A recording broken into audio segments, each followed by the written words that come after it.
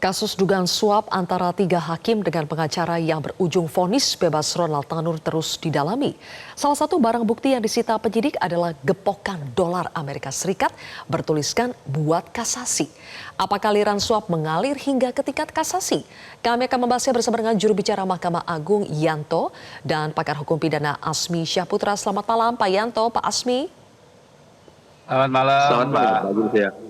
Baik, Pak Yanto, bagaimana malam, MA menindaklanjuti temuan satu bandel uang tunai mata uang dolar Amerika Serikat yang bertuliskan untuk kasasi di rumah milik salah satu tersangka?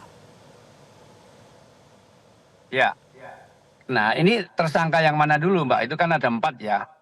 Kalau salah satu tersangka pemberi, ya artinya barang itu belum bergerak. Ya, artinya belum bergerak. Nah, kalau barang belum bergerak, sementara putusannya kasasi itu dibacakan tanggal 20. Putusannya mengabulkan kasasi jaksa. Jadi kasasi jaksa ini dikabulkan, artinya putusan Pengadilan Negeri Jawa Timur itu dianulir oleh putusan kasasi. Yang tadinya bebas menjadi terbukti melakukan tindak pidana penganiayaan yang mengakibatkan matinya orang, itu loh. Artinya kan dan diputus pada tanggal 20, sementara tanggal 23 baru ada peristiwa penggeledahan, ditemukan barang bukti yang ada tulisan, gitu loh. Artinya kan antara tulisan barang bukti yang ada itu dengan putusan kan dulu putusannya begitu. Nah, kemudian ya yang tahu ya tentunya yang mempunyai barang, apakah hanya sekedar tulisan atau bagaimana gitu, Mbak. Jadi sampai saat ini apakah dari penyidik Kejaksaan Agung sudah berkoordinasi dengan MA Pak untuk menelusuri lebih jauh kaitan MA dengan adanya temuan barang bukti tersebut? Oh tidak ada, belum ada ya, belum ada. Belum ada, nanti kan kalau memang itu kan dikembangkan di persidangan Mbak. Nah apakah barang bukti nanti betul-betul ya toh, betul-betul untuk itu atau nembak di atas kuda atau bagaimana? Karena faktanya itu kasasinya dikabulkan sesuai dengan tuntutan jaksa gitu loh. Nah, makanya kok ini kan kok ada tulisan di sana ya, tentunya ya ditanyakan nanti kok yang mempunyai itu ya Mbak ya. Halo? Hari ini ada mantan pegawai MA yang ditangkap Pak oleh penyidik Kejaksaan Agung terkait dengan kasus ini. Bagaimana MA merespons hal ini?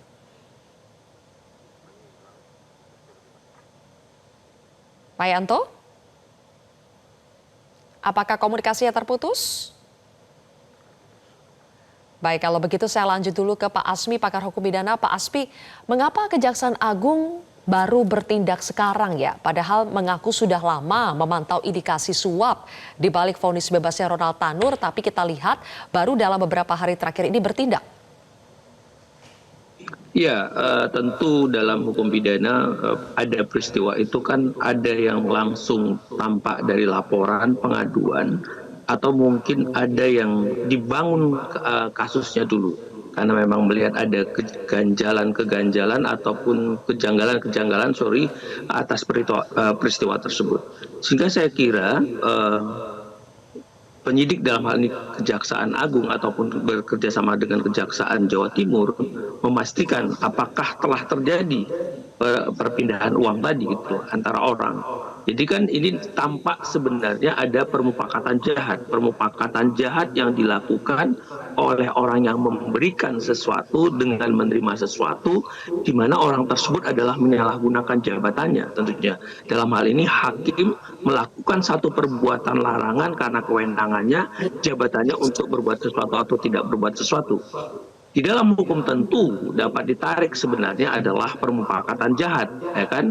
Di luar ini adalah tindak pidana korupsi itu sendiri, gitu loh.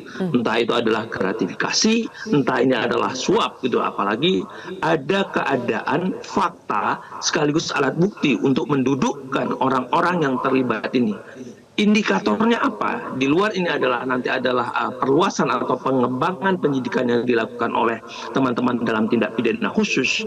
Di dalam hukum tentunya akan ditentukan disebut dengan meeting of mind-nya ada atau tidak. Meeting of mind ini terkadang tidak harus tampak juga, gitu harus dengan barangnya. Tapi kadang akan tampak ada persetujuan yang kira-kira tidak harus juga secara eksplisit tapi ada tindakan yang secara walaupun tidak langsung, tapi bergerak. Gitu. Apakah memang di dalam putusan, sekalipun dalam putusan 5 tahun, walaupun tadi katakanlah pada tingkat pertama bebas, tapi ada bergen untuk menyatakan putusan 5 tahun ini adalah putusan yang sebenarnya diperjuangkan untuk menggerakkan itu. Lagi-lagi ini adalah pengembangan penyidikan. Sepanjang penyidik nanti dapat melihat ada meeting of mind dari para katakanlah orang-orang yang memang terlibat dalam perkara ini, ada perantaranya entah siapapun dia, apakah mungkin dalam jenjang di hakim Mahkamah Agung, orang-orang pegawai di Mahkamah Agung, orang-orang dalam lingkaran dari yang sudah terduga ini yang jelas nyata-nyata membawa uang atau uang yang tertangkap, ya patutlah diduga di situ ada perbuatan berlanjut, ada pasal turut serta, termasuk ada permufakatan jahat, termasuk meeting of mind daripada semua pelaku ini. Demikian. Ya. Ya. Hari ini kita juga mendengar bahwa penyidik dari Kejagung sudah menangkap salah satu tersangka lagi yang merupakan mantan pejabat Mahkamah Agung terkait dengan kasus ini. Pak Yanto, apa respons MA terkait dengan penangkapan mantan pejabat MA? Ya, mohon maaf dulu ya Mbak, tadi karena saya di jalan pakai HP, jadi ada telepon masuk akhirnya putus ya. Iya, tidak apa-apa. Ya, terkait dengan mantan pejabat ya, karena yang bersangkutan itu udah pensiun kurang lebih 3 tahun yang lalu. Kalau sudah 3 tahun ya berarti kan tidak menjadi kewajiban lembaga untuk melakukan pembinaan dan pengawasan. Namanya udah purna ya, udah kembali ke masyarakat. Ya dalam ini tentunya sudah tidak menjadi tanggung jawab lembaga khususnya terhadap pembinaan dan pengawasannya gitu. Hanya kita mengimbau kepada para purna ya untuk tetap menjaga nama baik lembaga gitu Mbak. Oke, kita belum jelas ya apa sebetulnya peran dari mantan pejabat MA yang ditangkap oleh penyidik ini. Tapi Pak Asmi, kalau Anda menganalisa kaitannya dengan mantan pejabat MA dalam kasus ini, apakah ini indikasi bahwa ada maklar penghubung kasus yang bisa dilakukan oleh mantan pejabat MA maupun oleh pejabat MA yang masih berada di dalam? Oh, sangat mungkin. Pasti ini ada kausalitas. Ini adalah jembatan. Mereka membungkus kejahatannya, gitu loh.